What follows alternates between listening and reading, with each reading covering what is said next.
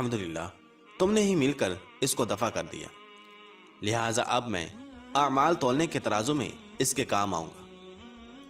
प्यारे दोस्तों, जब मैयत को कब्र में दफना कर उसके वरसा चले जाते हैं तो कब्र में दो फरिश्ते जिनको मुनकर और नकीर कहा जाता है मैयत के पास आते हैं, जिनकी आंखें बिजली की तरह चमकती हैं और आवाज बादल की गर्ज की तरह होती है। इनके दांत गाय के सींगों की तरह बाहर को निकले होते हैं। इनके मुंह से आग की लिपटें निकलती हैं। बाल इतने बड़े होते हैं कि पांव तक लटकते होते हैं। इनके एक कांधे से लेकर दूसरे कांधे तक इतना फासला होता है कि कई दिन तक चलकर मुसाफत को खत्म किया जा सकता है। मेहरबानी और नरमी इनके पास नहीं होती, लेकिन सख्ती का मामला ये मोमिनों के साथ नहीं करते, बल्कि फिर भी ऐसी डरावनी शक्ल सूरत की हैबत ही क्या कम है। प्यारे दोस्तों, इन दोनों के हाथ एक बहुत बड़ा लोहे का हथौड़ा होता है कि जिसको अगर तमाम दुनिया के जिन्नों और इंस मिलकर उठाना चाहें तो उठाना तो दरकिनार इसको हिला भी नहीं सकते। वो आकर मुर्दे से कहते हैं बैठ जा। मुर्दा एकदम उठकर बैठ जाता है और कफन इसके सर से नीचे सरक जाता है। वो सवाल करते हैं तेरा रब कौन है, तेरा दीन क्या है, तेरा नबी कौन है। अगर मुर्दा नेक और मुसलमान होता है तो कहता है मेरा रब अल्लाह तबारक व तआला है जो वहदहू ला शरीक है, मेरा दीन इस्लाम है, मेरे नबी हजरत मोहम्मद सल्लल्लाहु अलैहि वसल्लम है। यह सुनकर वो दोनों कहते हैं तूने सच कहा। तो इसकी कब्र की दीवारों को सब तरफ से हटा दिया जाता है, जिससे वो चारों तरफ से बहुत वसी हो जाती हैं। इसके बाद फरिश्ते कहते हैं सर उठाओ। मुर्दा जब ऊपर को सर उठाता है तो इसको एक दरवाजा नजर आता है जिसमें जन्नत नजर आती है, और वो कहते हैं ऐ अल्लाह तबारक व तआला के दोस्त, वो जगह तुम्हारी रहने की है, इस वजह से कि तुमने अल्लाह तबारक व तआला की इताअत और फरमाबरदारी की।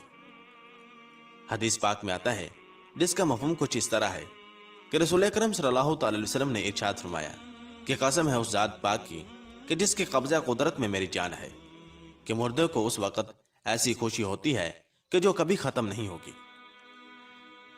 इसके बाद वो फरिश्ते कहते हैं कि अपने पाँव की तरफ देख।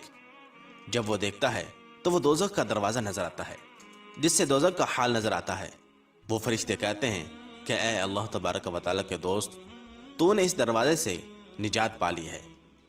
उस वक़्त भी बंदे को इस कदर खुशी होती है जो कभी खत्म नहीं होगी। इसके बाद इसकी कब्र में 70 दरवाजे जन्नत के खोल दिए जाते हैं, जिनसे वहां की ठंडी हवा और खुशबुएं आती रहती हैं और क़यामत तक वो इन्हीं बहारों में रहेगा। प्यारे दोस्तों, कैसी खुश नसीब होगी वो रूह जिसके साथ अल्लाह तबारक व तआला अपनी मेहरबानी और रहम करम का सलूक फरमाएगा। नाज़रीन ग्रामी, दूसरी तरफ जब नाफरमान, फासिक व फाजिर, बदकार और काफिर शख्स को कब्र में रखा जाता है तो कब्र इस पर तंग हो जाती है कि इसकी पसलियां दूसरी तरफ की पसलियों में घुस जाती हैं। इस पर काले सांप मुसल्लत कर दिए जाते हैं जो इसकी नाक और पांव से काटना शुरू करते हैं, यहां तक के दरमियान में दोनों तरफ के सांप आकर मिल जाते हैं। फिर इसके पास दो फरिश्ते जिनका नाम मुनकर और नकीर होता है कब्र में आते हैं। वो आकर पूछते हैं तेरा रब कौन है, तेरा दीन क्या है, तेरा नबी कौन है। वो इनके हर सवाल में जवाब देता है कि मैं कुछ नहीं जानता। फिर वो फरिश्ते इसको इस कदर जोर से मारते हैं कि इनके गुर्ज की चिंगारियां कब्र में फैल जाती हैं।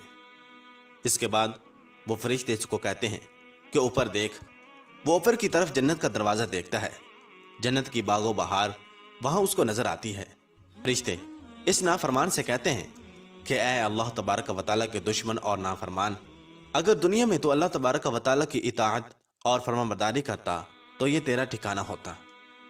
एक हदीस में आता है जिसका मफहूम कुछ इस तरह है कि रसूल अकरम सल्लल्लाहु अलैहि वसल्लम ने इरशाद फरमाया कि कसम है उस जात पाक की जिसके कब्जा में मेरी जान है, कि इसको उस वक़्त ऐसी हसरत होती है कि इस जैसी हसरत फिर कभी नहीं होगी।